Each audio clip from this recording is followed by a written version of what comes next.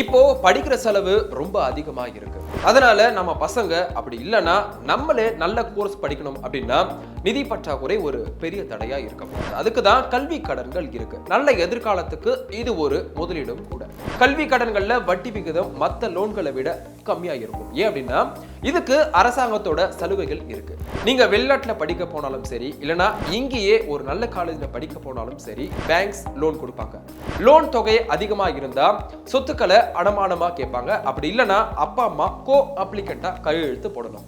கல்வி கடன்களோட பெரிய plus point என்ன அப்படின்னா நீங்க லோனை உடனே கட்ட ஆரம்பிக்க தேவையில்லை. படிப்பு முடிச்சு வேலை கிடைச்சி ஒரு குறிப்பிட்ட காலத்துக்கு அப்புறம் தான் இஎம்ஐ கட்ட ஆரம்பிக்கணும்.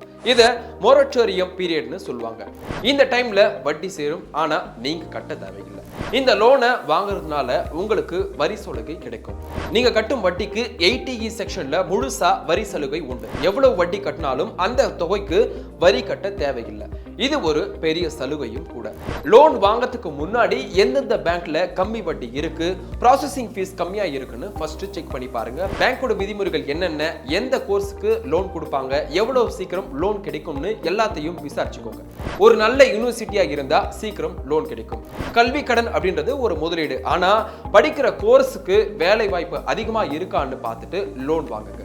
லோன் வாங்கறதுக்கு பயப்பட வேணாம். ஆனா அதை திருப்பி கட்ட முடியுமான்னு யோசிச்சுட்டு நல்ல பிளான் போட்டுட்டு லோன் எடுங்க. உங்க கனவை நனவாக்க இது ஒரு நல்ல வழியும் கூட. இந்த வீடியோ உங்களுக்கு யூஸ்ஃபுல்லா இருந்தா மறக்காம உங்க ஃபேமிலி அண்ட் ஃப்ரெண்ட்ஸ்க்கு ஷேர் பண்ணுங்க.